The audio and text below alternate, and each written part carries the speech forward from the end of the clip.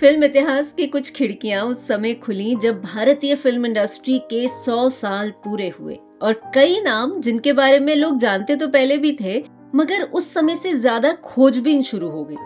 इसकी वजह इंटरनेट क्रांति भी कही जा सकती है, लेकिन इस डिजिटल दौर में उन नामों को लेकर क्लैरिटी बढ़ने की बजाय उलझने और ज्यादा बढ़ती चली गई। ऐसे ही नाम है नूरजहां और जुबैदा। इस वीडियो में उन दोनों से जुड़ी उलझनों को सुलझाने की कोशिश करते हैं। वीडियो पसंद आए तो लाइक, कमेंट, शेयर करना ना भूलें और सब्सक्राइब तो आप कर ही लेंगे।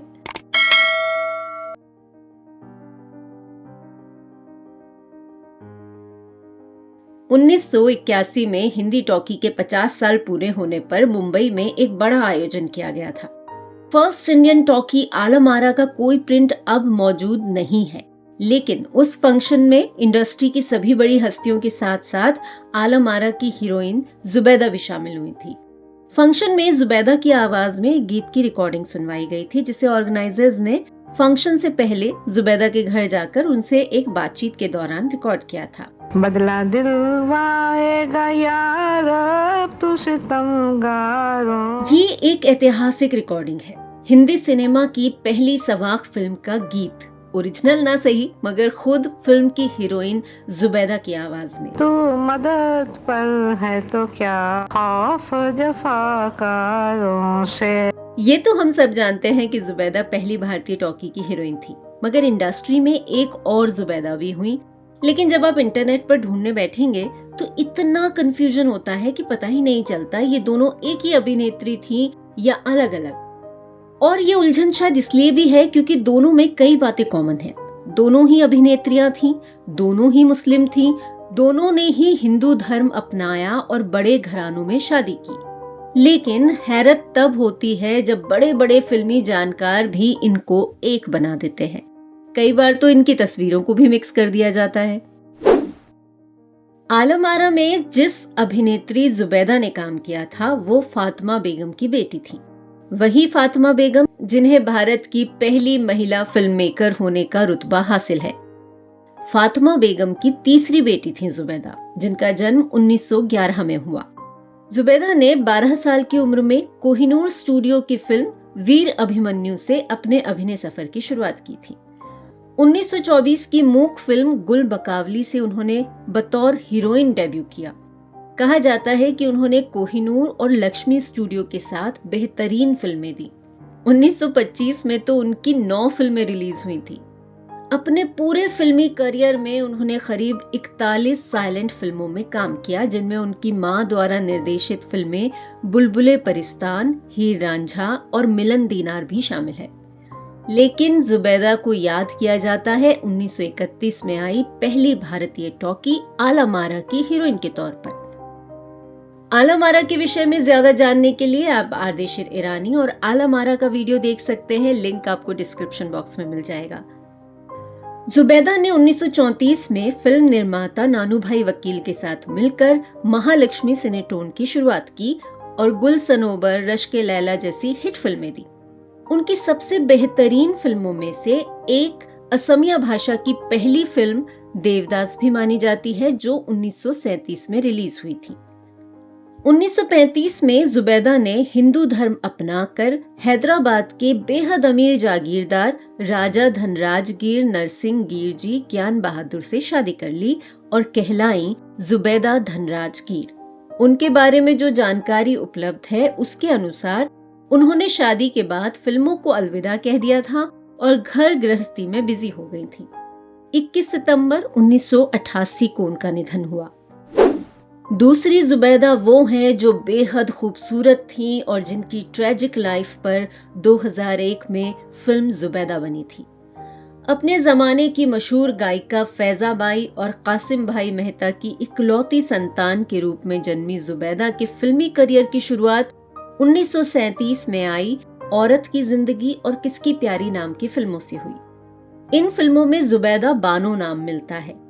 इन जुबैदा की अरेंज्ड मैरिज हुई थी और एक बेटा हुआ जिन्हें हम खालिद मोहम्मद के नाम से जानते हैं। उन्होंने ही 2001 में आई फिल्म जुबैदा की स्क्रिप्ट और स्क्रीन प्ले लिखा था।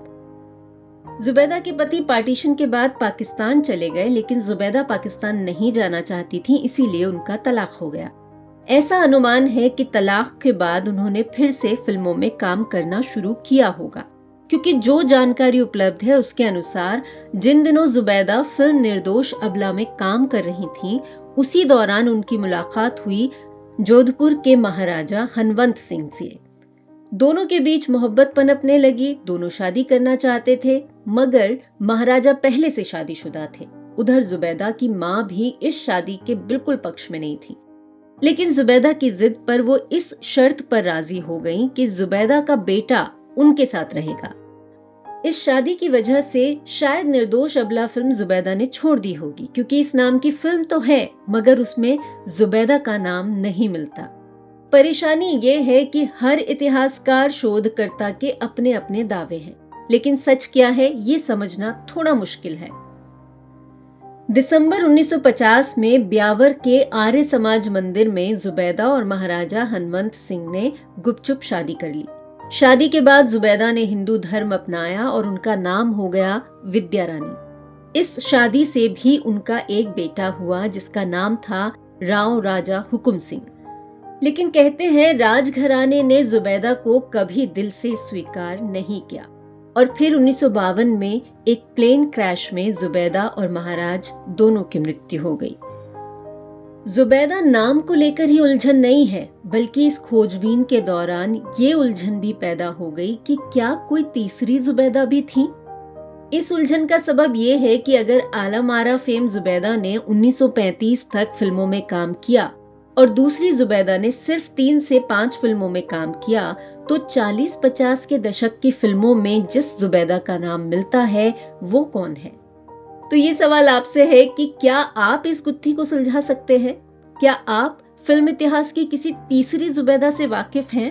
जवां है मोहब्बत, हंसी है ज़माना, लुटाया है दिल। नूरजहां नाम से सिर्फ मलिका तरन्नुम नूरजहां का नाम याद आता है, पर क्या फिल्म इतिहास में ये अकेली नूरजहां है? गायिका अभिनेत्री नूरजहां का असली नाम था अल्लाह राखी वसाई, जो बचपन से ही गाने लगी थी। जब उन्होंने स्टेज पर काम करना शुरू किया तो उन्हें नाम मिला बेबी नूरजहां। स्टेज के अलावा कलकत्ते में बनने वाली कई पंजाबी फिल्मों में उन्होंने बतौर बाल कलाकार अभिनय किया और गाने भी गाए, जो बहुत ही मशहूर हुए। बतौर हीरोइन उनकी पहली फिल्म आई 1942 में खानदान।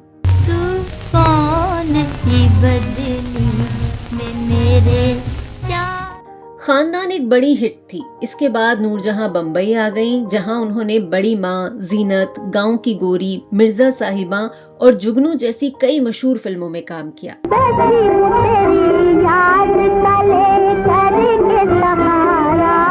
पार्टीशन के बाद वो पाकिस्तान चली गईं और वहां की फिल्मी दुनिया का एक मशहूर और मारूफ नाम बनी।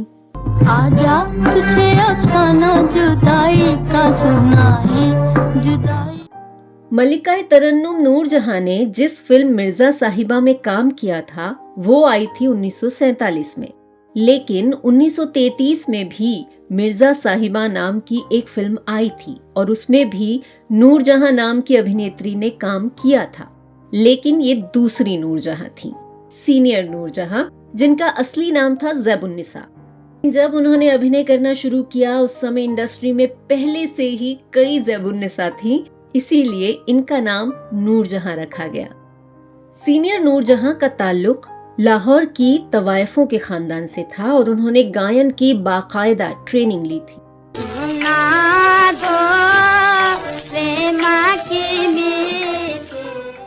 फिल्मों में इनकी शुरुआत हुई थी 1930 की साइलेंट फिल्म गुलनार से। सीनियर नूरजहां की पहली टॉकी थी 1933 में आई मिर्जा साहिबा। उसके बाद उन्होंने करीब 57 टॉकीज में अभिनय करने के साथ साथ खुद पर फिल्माए हुए गाने भी गाए।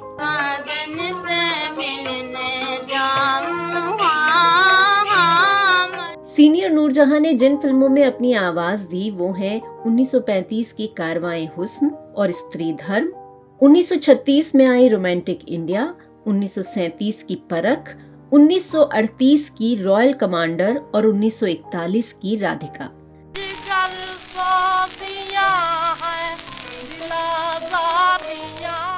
इन दोनों नूरजहां के गीतों को लेकर उलझन इसलिए है क्योंकि ऐसी कई फिल्में आई जिनमें दोनों ने काम किया, और इतने सालों बाद ये कहना वाकई मुश्किल है कि किस फिल्म में किस नूरजहां ने गीत गाए। ऐसा अनुमान है कि 1941 की फिल्म रेड सिग्नल, ससुराल, उम्मीद, 1942 में आई धीरज, चांदनी, 1946 में आई महाराणा प्रताप, सोफिया और 1947 की आबिदा में सीनियर नूरजहां ने गीत गाए थे। मेरी गोद खाली करने से पहले एक और माँ की को गुजारिए। कहते हैं कि वो एक अच्छी ड्राइवर थी, तो फिल्मों से रिटायर होने के बाद उन्होंने कुछ समय के लिए बम्बई के एक ड्राइविंग स्कूल में लेडी ड्राइविंग इंस्ट्रक्टर के तौर पर काम किया। उसके बाद उनका क्या हुआ कोई नहीं जानता। कैसे जानता? तब तक फिल्मी पटल पर और लोगों के जहन पर दूसरी ज्यादा मशहूर नूरजहां का नाम जो छप चुका था।